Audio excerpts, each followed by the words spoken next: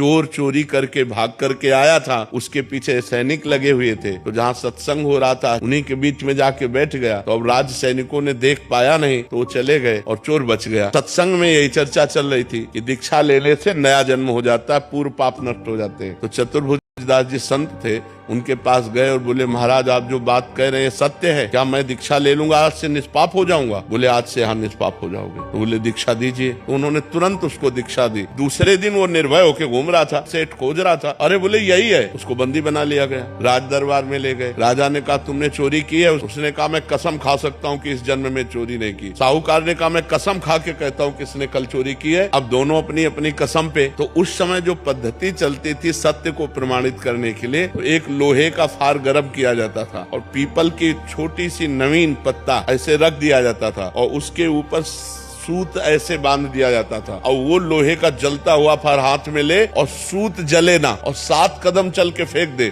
वो सत्य माना जाता था। तो ऐसा ही चोर के साथ किया गया। जे ही पूरी पद्धति करके ऐसे फार और 7 कदम चला फेंक दिया, बिल्कुल सूत ज्यों का त्यों। अब तो राजा ने सेठ को कहा ऐसे फांसी दो। जब उसकी फांसी की बात कहते बोले सरकार नहीं वो भी सही है। बोले कहानी ये है कि हमने कल चोरी की थी लेकिन फिर हमने दीक्षा ले ली, तो दीक्षा से नया जन्म हो जाता है, इसलिए मैंने इस जन्म में चोरी नहीं की। इस बात से वो राजा बड़े प्रभावित हुए।